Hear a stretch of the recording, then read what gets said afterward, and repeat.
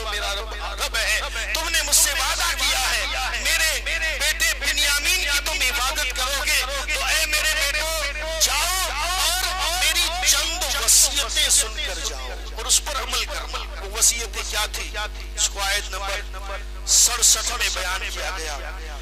वक़ाल या बनी ला तदखुलू मिन बाबिन वाहिदिन वदखुलू मिन अबवाबिन मुतफर्रिक़ा वमा उग़नी अन्कुम मिनल्लाहि मिन शै'इन इनिल हुक्मु इल्ला लिल्लाहि अलैहि तवक्कलतु अलैहि फलियतवक्कलिल मुतवक्किलून।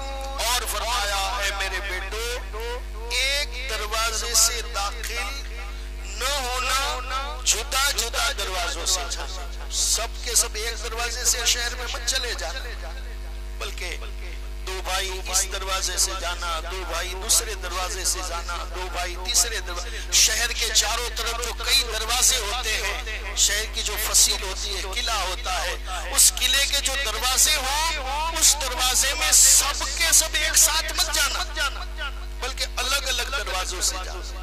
अब इसकी हिकमत क्या थी, तो मुफस्सिरीन किराम फरमाते हैं कि इसकी हिकमत ये थी कि आपने फरमाया कि अगर तुम एक दरवाजे से जाओगे तो कहीं ऐसा न हो कि तुम पर नजर लग जाए, क्योंकि एक बाप के 10 बेटे 11 बेटे सब कड़ियल जवान खूबसूरत बहादुर एक साथ में अगर कोई देख ले तो जरूर नजर डाल देता है।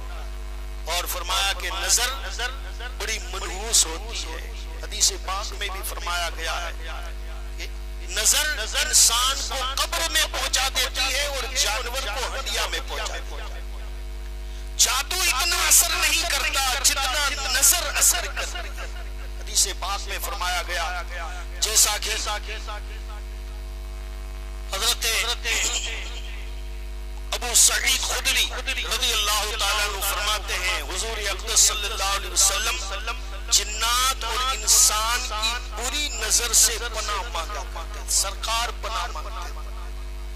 और यहाँ तक के सूरह फलक और सूरह नास नाजिल हुई। जब ये दो सूरतें नाजिल हुई तो आप सल्लल्लाहु ताला अलैहि वसल्लम ने इन दोनों को इख्तियार फरमा लिया और अगर दुआओं को छोड़। और नजर कैसे लगती है, नजर ऐसे लगती है कि जब कोई शख्स किसी चीज को देखता है और अपनी जबान से सुबहान अल्लाह या माशा अल्लाह नहीं कहता तो फौरन वो नजर लग जाता है। अब जिसकी नजर जितनी तेज होती है सामने वाले को नुकसान उतना ही होता है। अब हम नजर बद लगने से अपने आप को बचा नहीं सकते, लेकिन नजर लगाने वाला अगर चाहे तो दूसरे को अपनी नजरे बद से बचा सकता है। वो इस तरह से कि किसी चीज को देखे फौरन जबान से कहे माशा अल्लाह। ये ऐसा जुमला है जो नजरे बद की सख्ती को तोड़ देता है। कितनी भी सख्त नजर हो, लेकिन जबान से अगर माशा अल्लाह कह दिया तो नजरे बद को वो तोड़ देता है। हुजूर सरवर आलम सल्लल्लाहु अलैहि वसल्लम ने फरमाया कि नजर इतनी सख्त होती है कि इंसान को कब्र में पहुंचा दे। दुनिया में सबसे ज्यादा मौतें नजर की वजह से होती है। इंसान को इस बात का एहसास नहीं होता, इसलिए बुजुर्गान दिन फरमाते हैं कि कभी अपनी चीजों की नुमाइश न की जाए। जैसा कि याकूब अलैहिस्सलाम ने फरमाया कि ऐ मेरे बेटो एक साथ मत जाना, कोई तुम्हें नजर लगा दे। तुम 11 एक बाप के बेटे बहादुर खूबसूरत जरी इस तरह से एक साथ जाओगे तो किसी की भी नजर तुम्हें लग जाएगी। हदीस पाक में आया कि दुनिया में सबसे ज्यादा मौतें अगर किसी चीज से होती है तो वो नजरे बद से होती है। और नजरे बद को ज़ाइल करने के लिए ये है कि बंदा अल्लाह की पनाह मांगा करे। औज़ु बिल्लाहि मिनन नज़रिल बद। और हुजूर अलैहिस्सलाम खुद नजरे बद की पनाह मांगा करते थे जब तक कि सूरह फलक और सूरह नास नाजिल नहीं हुई। जब ये सूरतें नाजिल हुई तो हुजूर ने और सारी दुआओं को छोड़ दिया। अब रोजाना रोजाना सरकार ये दोनों सूरतें पढ़ा करते थे, यानी कि नजरे बद को खत्म करने में ये दोनों सूरतें अक्सीर का काम करती है। अगर नजरे बद लग जाए, लगने से पहले तो हम बच नहीं सकते, हाँ नजर लगाने वाला चाहे तो बचा सकता है माशाअल्लाह कहकर, और अगर लग जाए तो फिर हम उसको दूर इस तरह से करें कि सूरह फलक और सूरह नास पढ़े। और हजरत मुफ्ती अहमद यार खान नईमी रहमतुल्लाह तआला अलैह ने एक और आयत बताई है कि नजरे बद से बचने के लिए ये आयत भी अक्सीर का काम करती है।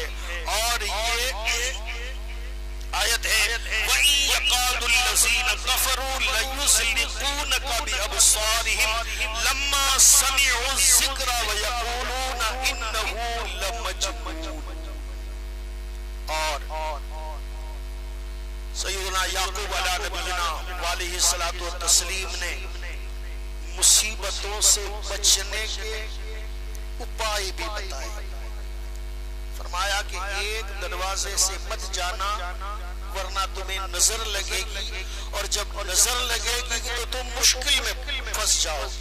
और इस मुश्किल से फंसने का इलाज ये है कि तुम अलग अलग दरवाजे से जाना, यानी अपनी नुमाइश न करना, अपना दिखावा न करना। तो पता चला कि नजरे बद से बचने का एक तरीका यह है कि बंदा अपनी नुमाइश न करे, अपना दिखावा न करे।